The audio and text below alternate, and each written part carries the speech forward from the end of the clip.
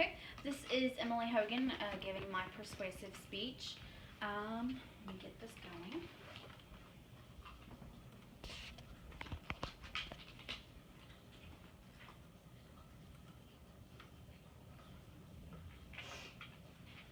My persuasive speech is basically about why not to commit suicide. I call it a selfish act because basically it's what it is. It inflicts the pain that the person is suffering onto its loved ones. According to the website afsp.org, suicide is the 10th leading cause in death in the United States. Even in 2011 to 2014, it went up by almost 3%. It's something that we need to be more aware of, number one, and number two, we need to find more symptoms of being aware of these thoughts. Per 1,000 individuals, there's only one professional that will treat mental illness. And that's basically what it is a person that's having suicidal thoughts is having a mental disorder. And it comes in all types. They range from eating disorder, alcoholics, drugs and pills, and if that mental illness is not taken care of, then it can lead to suicide. And so I do think that mental health is something that's important. People with suicidal thoughts are not always going to voice their opinions. This is a pretty good demonstration of what somebody goes through. I unfortunately have experience with this. My oldest daughter has had some suicidal thoughts. We've luckily been able to get her some help.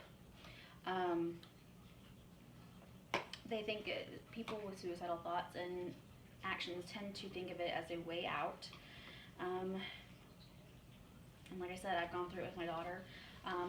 About a month ago, there was a senior in my daughter's high school band that committed suicide, and we didn't know who he was, but it not only affected his family, but it affected the entire band. We all were mourning the loss of him for this 18-year-old that told the world he was fine, but obviously there was something wrong.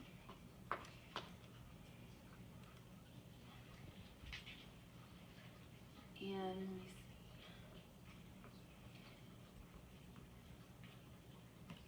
like I stated before, you're not solving the problem that you're having to deal with. You're just pushing it onto your loved ones. So it's not, yeah.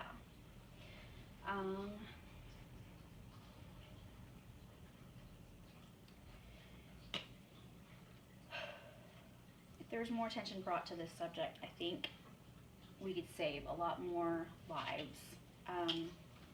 Where's that quote? Poet and author James Kirkup puts it best. Suicide doesn't end the pain, it just passes it on to somebody else.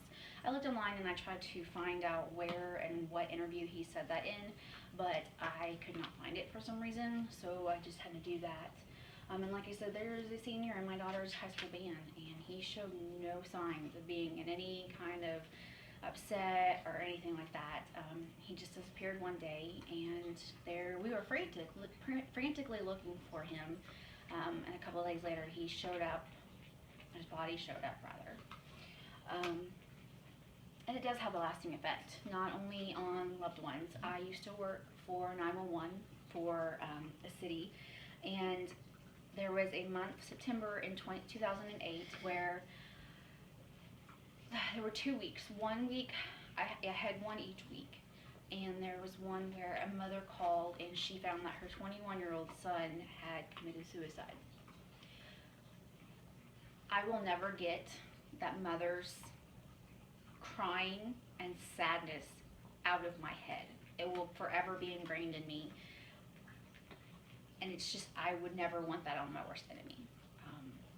Having to sit there on the phone with her until her paramedics arrived, and just having to try my best to comfort her when there was nothing I could do, and that helpless feeling, it was not an easy thing to do.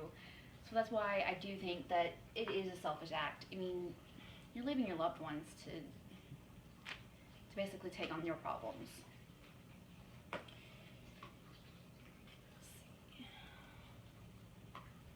And again, one of the major things about suicide I've noticed on my research is that people will tell you they're fine, but until you actually sit down and talk to somebody and find out what is really going on, and just kind of like dig deeper and see how they really are, and act like you really, not act, but really care about the person, you'll notice that fine is used a lot, when in actuality, it's all the rest of this.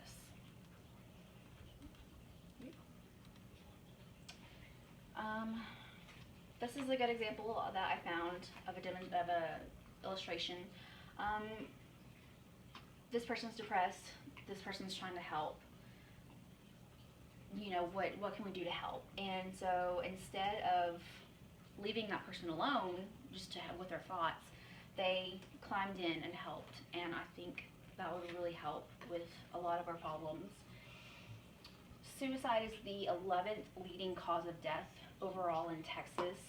It's the second leading cause of death for ages 15 to 34, and it's the third leading cause of death for ages 10 through 14. Those are pretty high. So I know sometimes my thinking is I don't want to be a statistic. I don't want my daughter to be a statistic.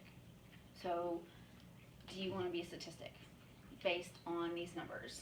Is that something that you want to leave on this world? And these are my references.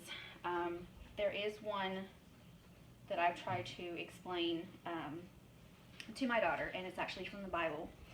And it's Jeremiah 29:11, and it says, "For I know the plans I have for you, declares the Lord, plans to prosper you and not to harm you, plans to give you hope and future."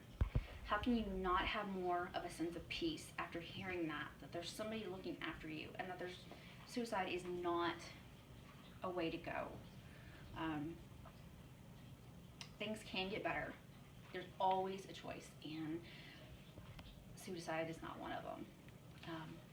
Luckily, like I said, we were able to get my daughter some help. And but that is my persuasive speech on why not to. Thank you.